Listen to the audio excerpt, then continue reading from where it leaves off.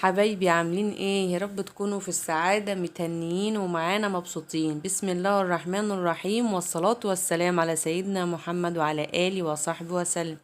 ازيكم عاملين ايه؟ يا رب تكونوا بخير يا رب.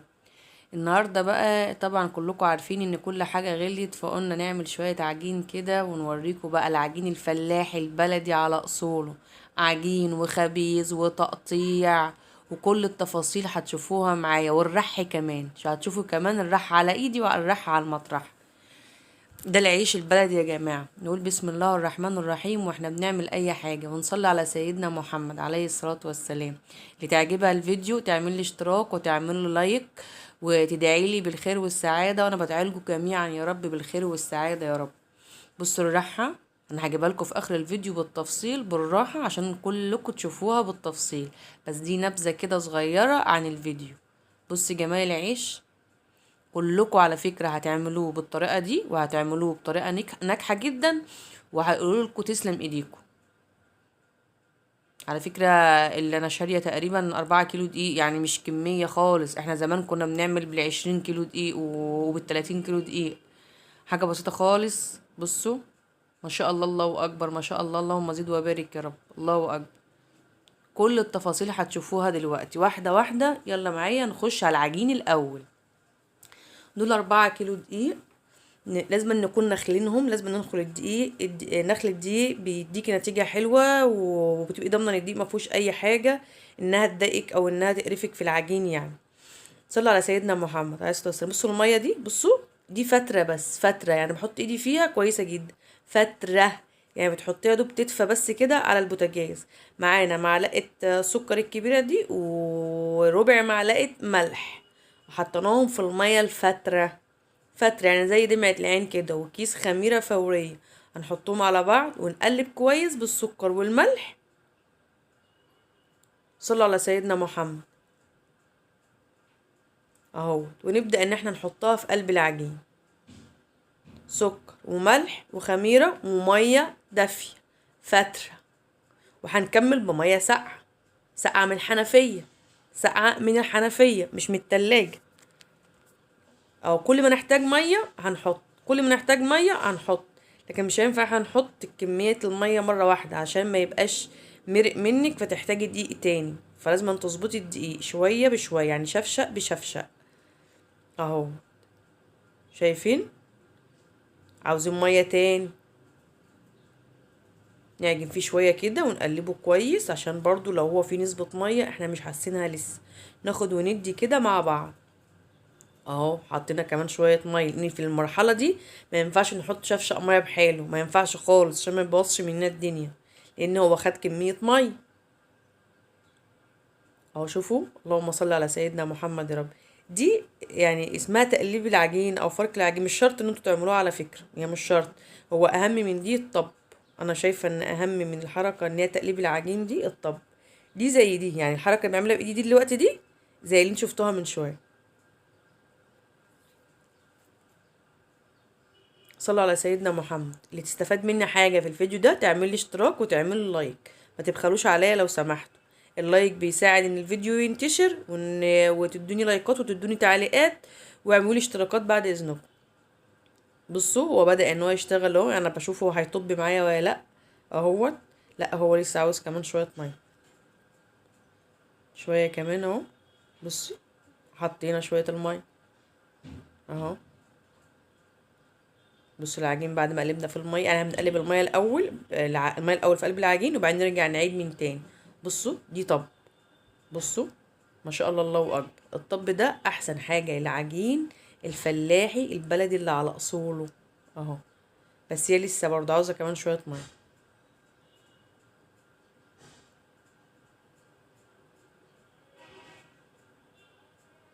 اللهم صل على سيدنا محمد. عجين فلاحي اصلي، احنا المصريين، ده عجين المصريين. اللهم صل وسلم على سيدنا محمد وعلى اله وصحبه. هنحط كمان اهوت شوية عجين مية كمان. دي بقى متهيألي اخر شوية مية هنحطهم، لان ما شاء الله كده العجين بقى حلو اوي، الله اكبر. بصوا بقى الطبة بقى لما العجين بيبقى، شوفوا الطبة بقى، شوفوا شوفوا الشطارة بقى والحلاوة. عسل، والله كلكم هتعرفوا تعملوها. امشي بس كده بالتفاصيل دي هتعرفوا تعملوه كلكم ان شاء الله. ممكن تعملها في كيلو واحد دقيقة على فكرة. اهو بصي، اهو. وممكن تخبزيه في فرن البوتاجاز. اهو شفتي؟ بصي، الله اكبر، والله بقالي اكتر من 10 سنين معجن. ما شاء الله. الله اكبر. يعني احنا امي كانت بتعلمني وانا لسه بنوته كده، كنت عندي 12 سنه مثلا ولا حاجه يعني. عملت شويه بعد ما اتجوزت وبعدين بطلت برضه. شوف العجين، يا حلاوه العجين، يا حلاوه عجين فلاحي مية مية، مصري اصيل. بصي، ده عيالي على فكره. بيحطوا يدهم عشان يخرموها. بصوا، الله اكبر، الله اكبر، الله اكبر. اللهم صل وسلم على سيدنا محمد وعلى اله وصحبه. شوفوا التفاصيل كلها، انا جبت لكم كل التفاصيل. هنا بقى بنلم العجينه عشان هي كده بقت تمام. هنلمها وهنغطيها ونسيبها تخمر، وهنشوفها مع بعض بعد ما تخمر. كلكم ان شاء الله هتعرفوا تعجنوه، وهيطلع منكم عجين 10 على 10. وهيقولكوا تسلم ايدكم. بنغطيه بقى بكبرتاية خفيفة كده، ان احنا في الصيف. لو في الشتا على فكرة هتغطوه ببطانية. اهو ده بعد ما خمر، ما شاء الله، الله اكبر. شوفوا التفاصيل بقى، شوفوا التفاصيل. هنخش واحدة واحدة كده بقى على التقطيع. نجيب شوية زيت كده محترمين، ونبدأ ان احنا نقطع العجين. نقطع العجين، عاوزاه كبير قطعيه، عاوزاه صغير قطعيه. شوفي، دي الايد الشمال، الايد الشمال اللي بتتقطع زيت، والايد اليمين اللي بتقطعي بيها العجينة. وتحطي اللي انت بتقطعيه في ايدك الشمال، وتاخديه وتلميه بايدك اليمين. بصي، هتلمي بايدك اليمين اهو، تعوصي كويس بالشمال وتلمي بايدك اليمين اهو. تيجي تقلبيها من ايدك اللي فيها الزيت. طبعا ديت على صواني محطوط عليها دقيق، نص دقيق ونص رده، نص دقيق ونص رده، مرشوشه كويس يا جماعه عشان العجين ما يلزقش منكم في الصينيه نفسها. لازم الصينيه او الصاج او الطاوله اللي بتبقى خشب تترش كويس دقيق على رده، او رده بس، او دقيق بس المتاح عندك يعني. بصوا، بصوا التقطيع، ما شاء الله، الله اكبر. المفروض ان احنا بنسيبه بقى شويه يرفع، بنسيب العجين شويه او ترتاح زي ما بتقولوا، بس احنا بنقولها هيرفع.